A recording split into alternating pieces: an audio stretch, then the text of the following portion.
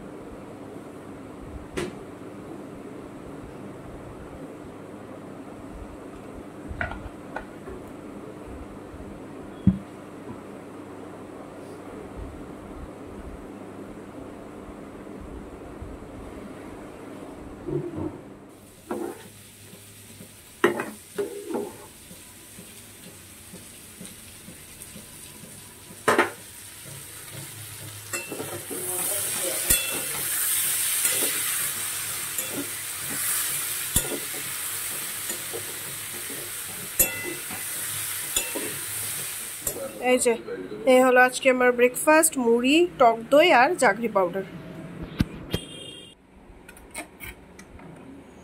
মুড়িতে already 7:30 বাজে। আজকে just দেখো কি কুয়াশা পড়েছে আজকে। 7:30 বাজে দেখলে বোঝাই যাচ্ছে না, এত কুয়াশা। আমি এর আগে আর এখানে পড়তে দেখিনি।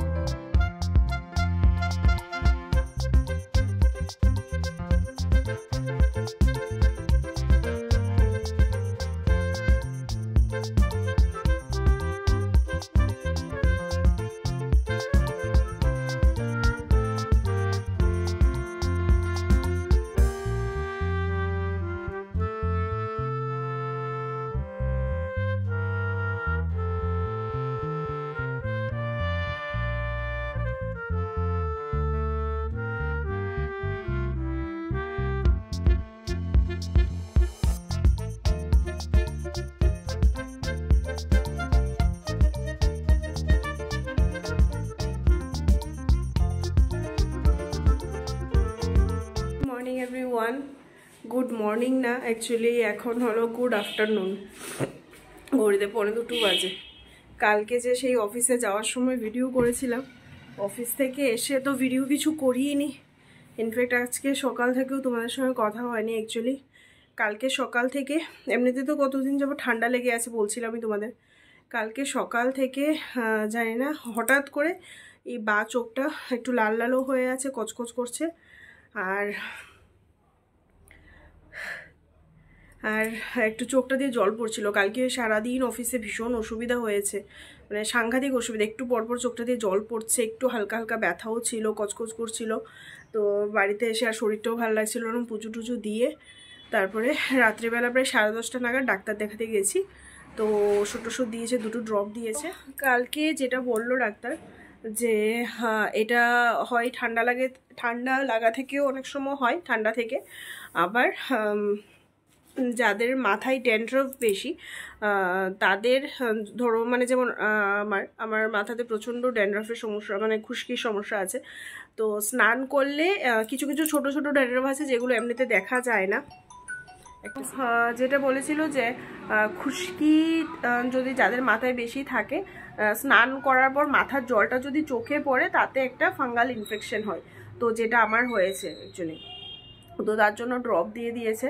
আর আজকে দেখো আজকে একটু ঠিক লাগছে, কিন্তু মানে কালকে প্রচুর লাল হয়েছিল, প্লাস অফিসে ভীষণ অসুবিধা হচ্ছিল, কালকে ভীষণ অসুবিধা হচ্ছিল। কিন্তু কিছু করার নেই, ডিউটি তো কন্টিনিউ করতেই হবে, এই হলো ব্যাপার। আর এই কারণে রাত্রে আসি আর ভিডিওটা কন্টিনিউ করিনি। আজকেও সকালবেলা একটু লেট করেছি। আজকে 7:30টার সময় যখন ঘুম থেকে উঠে বাইরে তোমাদেরকে আমি দেখালাম, আজকে এত পরিমাণ কুয়াশা পড়েছে, এত পরিমাণ, আমি মানে আর এত কুয়াশা এখানে আর কোনোদিন দেখিনি, এত পরিমাণ। কারণ আমি তো রোজ সকালবেলা উঠি, পুরো সাদা হয়েছিল, দূর থেকে কোনো বিল্ডিং কিচ্ছু দেখা যাচ্ছিল না। তো তারপরে আবার শুয়ে পড়েছি, সেই ঘুম থেকে উঠেছি 10টা, তারপরে দিদি এসছে। আর তাড়াহুড়োতে রান্নাবান্না যদিও সব শেষ, বিক্রম একটু চা খেয়েই বেরিয়েছে, ওর একটু কাজ আছে, যেহেতু কালকেই ক্রিসমাস না, তো ওর একটু অফিসের কাজ আছে, এই কারণে ও বেরিয়েছে। 1:45 বাজে, এখনও তো ও আসেনি। ও আসলে রান্না কমপ্লিট, শুধু ভাতটা করা বাকি আছে। বিক্রম আসলে ও আবার ছুটির দিনে যে সকাল সকাল ভাত রান্না করে নিলে খুব রাগ করে, মানে একটু গরম গরম খাবে, মানে ওইটাই চাই। তো সকাল থেকে জাস্ট ঘরটর পরিষ্কার করছিলাম, চোখে ড্রপ দেওয়া হয়নি, এখন দেবো। আর এই যে এতগুলো কাপড় শুকিয়েছে, এগুলো রেখেছি, এগুলোও ভাঁজ করতে হবে। প্লাস আজকের কাপড়ও প্রচুর কাপড় ছাদের উপর আছে। আর ঘর দুয়ারটা একটু গুছাচ্ছিলাম, কালকেও ছুটির দিন আছে, কালকেও ভাবছি একটু ঘর দুয়ার ক্লিন। মধ্যে ব্যাপার হলো, যেহেতু রবিবার একটা দিন করে ছুটি পাচ্ছি না, তো সেই একদিন করে করে আমরা তোমাদেরকে বলেছিলাম যে প্রত্যেক রবিবারে যেহেতু সপ্তাহে একটা দিনই মাত্র ছুটি, তো একটু সমস্যার মধ্যে দিয়ে যাচ্ছি, যে কারণে প্রত্যেক রবিবারে একটু করে বেরোতে হচ্ছে। কি সমস্যা, কি বৃত্তান্ত, সবটা ভিডিও দেখতে থাকো, মানে সঙ্গে থেকো তোমরা, অবশ্যই তোমাদেরকে জানাবো। বাট এখনই কিছু বলতে পারছি না, এটা হলো ব্যাপার। তো এই কারণে প্রত্যেক রবিবারে একটু বেরোতে হচ্ছে। বাট আজকে যেহেতু বিক্রম ওর অফিসিয়াল কাজের জন্য বেরিয়ে গেছে, তো আজকে তো আর যাওয়া হয়নি। আর 2টোর সময় আসবে, স্নান টান করে খাবে, শীতের দিনের বেলা এমনিই সন্ধ্যা হয়ে যাবে, তো আজকে আর হবে না। দেখি কালকে তো ছুটি আছে, কালকে যদি পসিবল হয় কালকে যে এনি হাও বেরোতেই হবে। মানে ভেবেছিলাম 2 দিন মানে পরপর ছুটি থাকলে কাজটা মানে একটু ভালো হবে, 2 দিন বেরোতে পারবো পরপর। বাট আজকে তো আর হলো না, এবার কালকে বেরোতে হবে। তো চলো কি কি রান্না করেছি তোমাদেরকে দেখাই। এই শুধু বক বক করে যাচ্ছে। এই হলো আমার রান্নাবান্না, ফুলকপি আর আলু দিয়ে আজকে করেছি ডিমের ঝোল, হাঁসের ডিম। এটা বিক্রমের খুব প্রিয়, আমারও। আর এখানে করেছি বেগুন আর ধনেপাতা দিয়ে মাছের ঝোল। এই জায়গাটা একটু ক্লিন করেছি, এই জায়গাগুলো ক্লিন করেছি। যতই 5তলার উপরে হোক না কেন, ধুলোবালি বেশ ভালোই পড়ে। আর ফ্রিজের উপরটাও একটু মানে নোংরা হয়েছিল, ফ্রিজের উপরটা একটু ক্লিন করেছি। 2টো ফ্রিজই ডিফ্রোস্টে দেওয়া হয়েছে। এবার প্রচুর পরিমাণে জল আসছে, এই কারণে এই বেডশিটটা এমনিও কালকে ভিজিয়ে দেবো ধোয়ার জন্য, বেডশিটটা রেখে দিয়েছি। চলো একেবারে এটার উপর দিয়ে নাহলে পুরো ঘরের মধ্যে জল করা। এই হলো আমাদের দেওয়ালির বাজি টাজি, এখনও এতগুলো আছে। তো ভাবলাম 31 তো আসছে, কাজে লেগে যাবে, এই কারণে একটু একটু রোদ দিচ্ছি। আজকে একটু দিয়েছি, কালকে আবার দেবো। এই যে এখানেও দিয়েছি এগুলো, আর এটার মধ্যেও কিছু আরও আছে।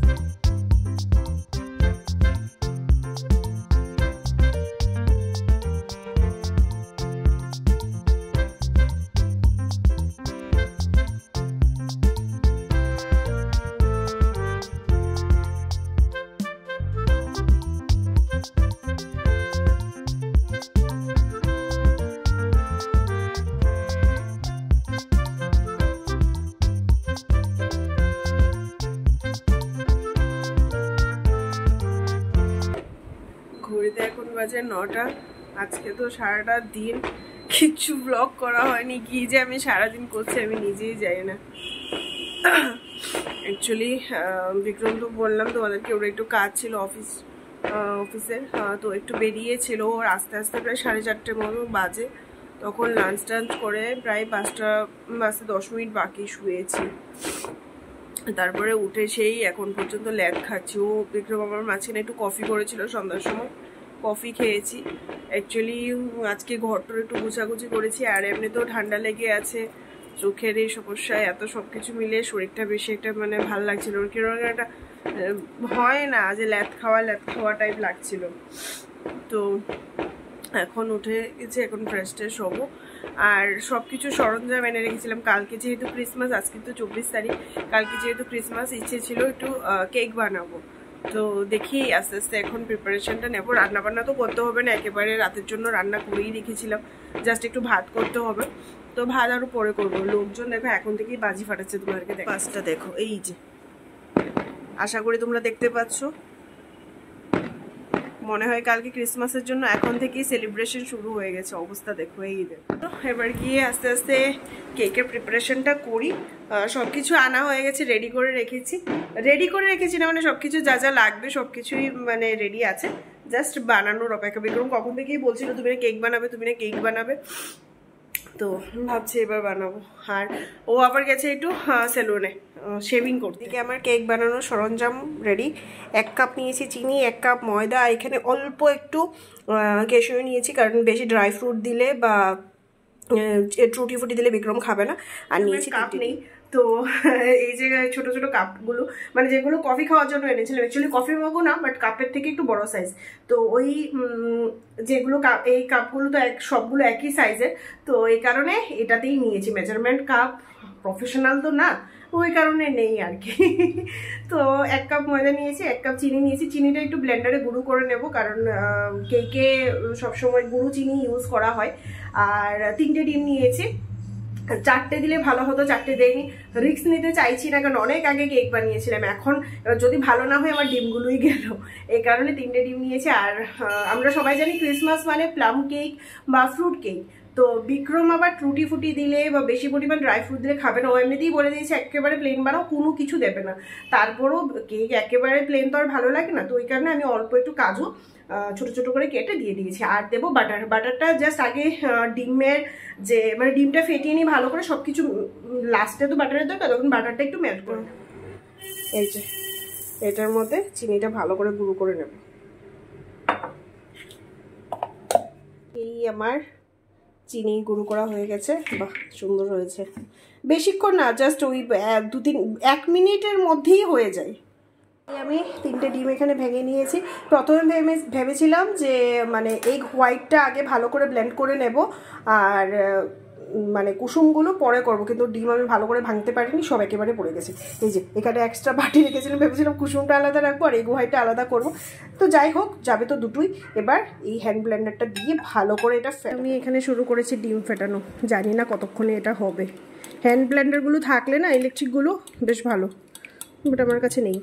যতবার স্পেন্সার টেন্সারে যাই না, বিক্রমের খুব ইচ্ছা একটা হ্যান্ড ব্লেন্ডার নেওয়ার, কিন্তু আমি আর ওকে নিতে দিই না। যে এই জিনিসগুলো তো সত্যি কথা সচরাচর আর রেগুলার লাগে না, তো শুধু শুধু টাকা ইনভেস্ট, এই কারণে আমি ওকে নিতে দিই না। আজকে মনে হচ্ছে যদি এটা থাকতো বেশ ভালো হতো। ডিম আর কি বলে চিনিটা আমি এখানে ভালো করে ফেটিয়ে নিয়েছি। আর যেহেতু কুসুমটা আমি দিয়ে দিয়েছি না, তো এই যে ফোমের মতো ব্যাপারটা সেটা পুরোপুরি আসেনি, কারণ বিক্রমও বলছিল যে এখানে যেহেতু আমি কুসুমটা দিয়ে দিয়েছি সেই ফোমের মতো ব্যাপারটা আসবে না। তবে খুবই ভালো করে ফেটিয়েছি। এবার গড নোজ, দেখা যাক। এবার ময়দাটা দেবো, দিয়ে চামিচ দিয়ে মেশাবো।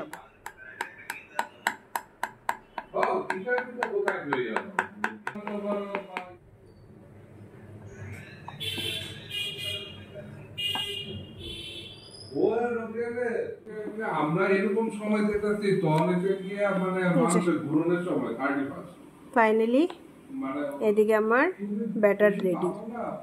এবার এর মধ্যে দেবো বাটার, আর অল্প একটু বেকিং পাউডার দেবো, কোকো পাউডার, আর এখানে আছে এসেন্স।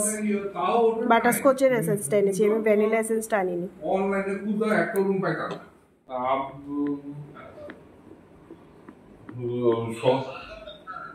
হ্যাঁ পুরো ভিতরে যাবো কতক্ষণ সামনের একটা দোষ একবারে স্ট্রেট করে সামনের একটা দোষ শুধু এই যে এইদিকে আমার কেকের ব্যাটার রেডি। এই দেখো, মনে তো হচ্ছে ব্যাটারটা দেখে পারফেক্টই হয়েছে। আর এখানে আরেকটা মাইক্রোওভেন বোলের মধ্যে আমি একটু বাটার মাখিয়ে নিয়েছি, এটার মধ্যেই করব, কারণ এটার মধ্যে যেহেতু মেখেছি তো এটার মধ্যে তো আর বসাতে পারবো না, এটাতে বসাবো।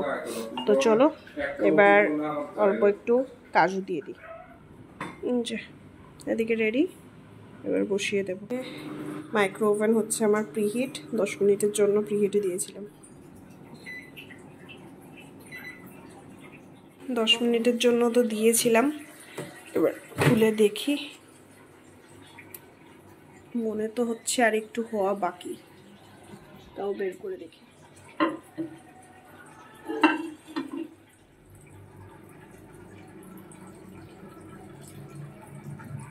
ভেতরটা তো মনে হচ্ছে বেক হয়েছে না? হয়েছে, পুরো ইজিলি বেরিয়ে আসছে, দেখো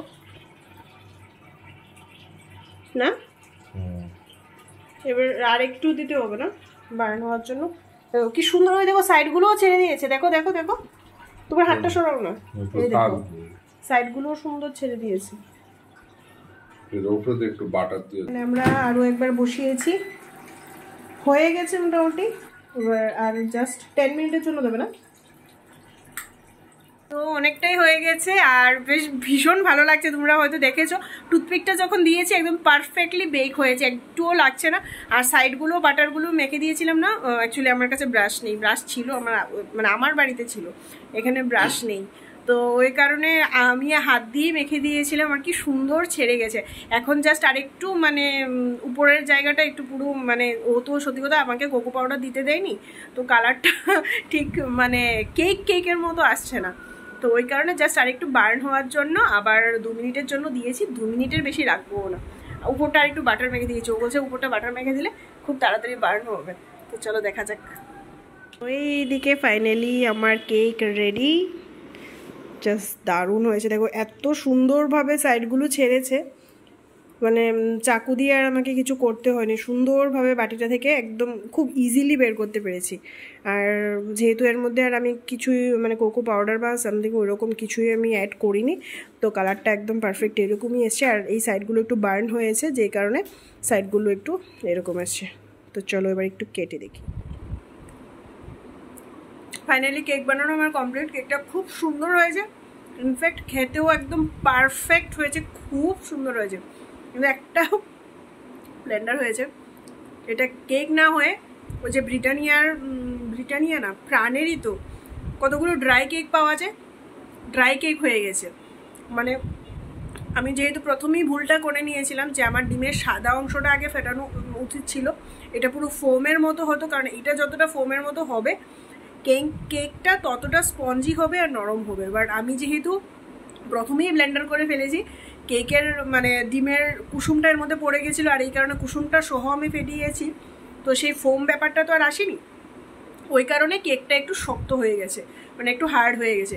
তো এটা এখন টেস্টটা পুরোপুরি তোমরা বিশ্বাস করবে না, পুরোপুরি ড্রাই কেক, যে প্রাণের বা ব্রিটানিয়ার যেরকম আমার নামটা মনে পড়ছে না, ওই ড্রাই কেকের মতো টেস্ট চলে এসছে। খেতে খুব সুন্দর হয়েছে, দারুণ হয়েছে। বাট ওই স্পঞ্জি ব্যাপারটা হয়নি, একটু শক্ত, একটু না মোটামুটি ভালোই শক্ত হয়ে গেছে, ক্রাঞ্চি হয়ে গেছে ব্যাপারটা। তো অসুবিধা নেই, আমরা কেকের জায়গায় ড্রাই কেক খেয়ে নেব। তো বলেন একটা জিনিস করতে করতেই মানুষ শিখে, আর ভুল থেকেই মানুষ শেখে। তো যেহেতু আজকে আমার এই ভুলটা হয়েছে, আমি এর আগে কেক বানিয়েছি সেটা এগলেস ছিল, বাট এগ দিয়ে আজকে প্রথমবার বানিয়েছি। তো ভুলটা যেহেতু হয়েছে, সেই ভুল থেকেই আমি শিখেছি। তো নেক্সট টাইম একদম পারফেক্ট করতে গেলে প্রথমে আমার ডিমের কুসুমটা আলাদা করতে হবে, আর ডিমের সাদা অংশটা আলাদা করতে হবে। তো এই হলো ব্যাপার। তো চলো, অনেক লেট হয়ে গেছে, এবার ডিনার করে আসি।